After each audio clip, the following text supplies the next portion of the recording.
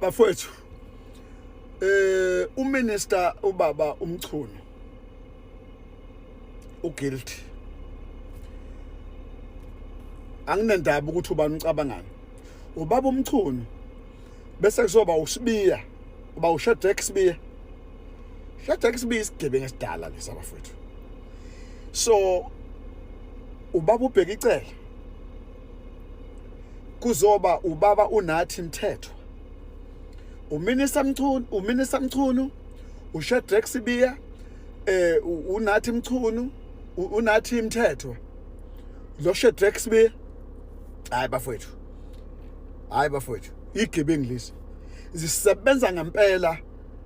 nama syndicate ama drug lords basebenza nawo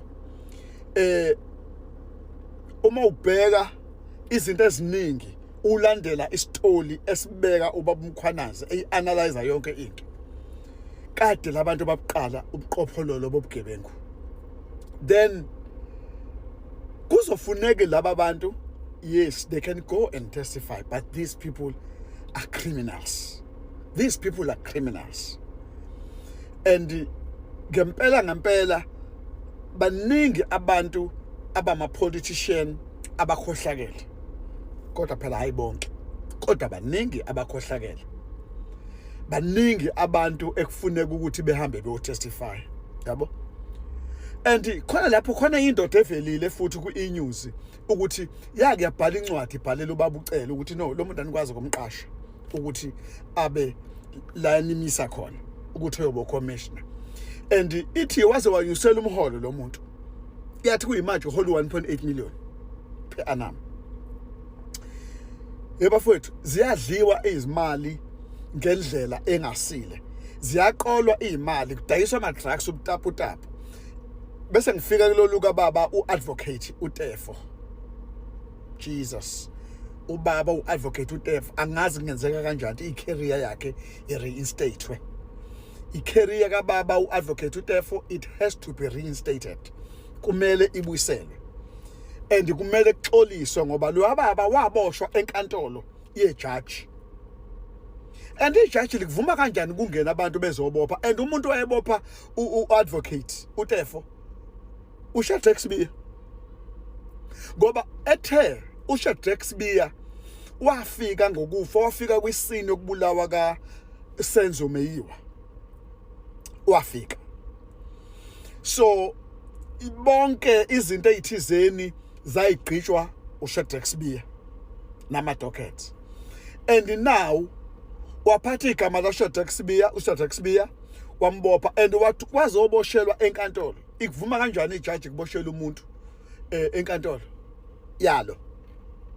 wayengaboshwe edlangalaleni aboshwe kwipublic aboshwe emzini wakhe aboshwe furthermore wathathelwa icareer yakhe kodwa isihluko esingaka abafowethu kubantu ekufanele ngabe bavikela isizwe eSouth Africa abafowethu asivikelekile futhi iSouth Africa imovie bafowethu too much drama yebafowethu ziningi izinkinga esibhekene nazo njengama South African ziningi and asiqhashazwa abamhlophe kuphela laba abagcwele eCape Town kodwa siqhashazwa imafia eSouth Africa umuntu abantu ababusayo la ku-government ama-mafia yabo so nje kudingeka ukuthi ubaba uadvocate uTefo uadvocate kumele ngempela areinstatwe abuyiselwe icareer yakhe back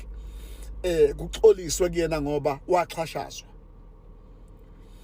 uthe mase ichaza le yama drug ukuthi kwenza kanjani track kanjani yama drug amaphoyisa ethula impahla efaka kwiveni yama drugs and stuff like that and kune video lapho khona uadvocate Tefo explain ukuthi uminister no commissioner bebanga ama drugs kwakwenza kanjani then ya connecteka iyahlangana manje puzzle yabo so really bafowethu kuningi okwenzakala ebesingakwazi siyabonga Ndonga ngokuthi usisize usivula amehlo siyabonga ngesibindi sakho ubuqhawe bakho nonembeza wakho uyindlula buchopho ngempela there's many things oyivulile emehlweni abantu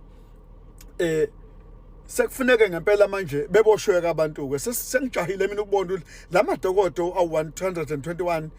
obani abantu efuneke beboshwe immediate effect. Namacala amaningi lokhetha Matlala awu-18 ayekhanselelwana lawo macala lawo yabo. So lokhetha Matlala ngempela isiboshwa lokhetha Matlala noThimaba noMlefe zonke lezi zinto kumele yifele ejele yabo. So uzothola ukuthi enye group yothabo besta leyo yabo. So bafowethu Nkosi sikelela iSouth Africa, we are in trouble. Nkosi sikelela iSouth Africa.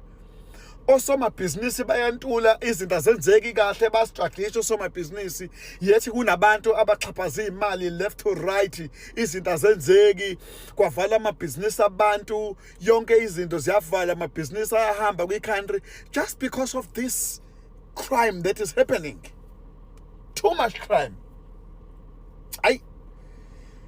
Ngibonge bafowethu ungabi mude kodwa uJehova uzosisiza la.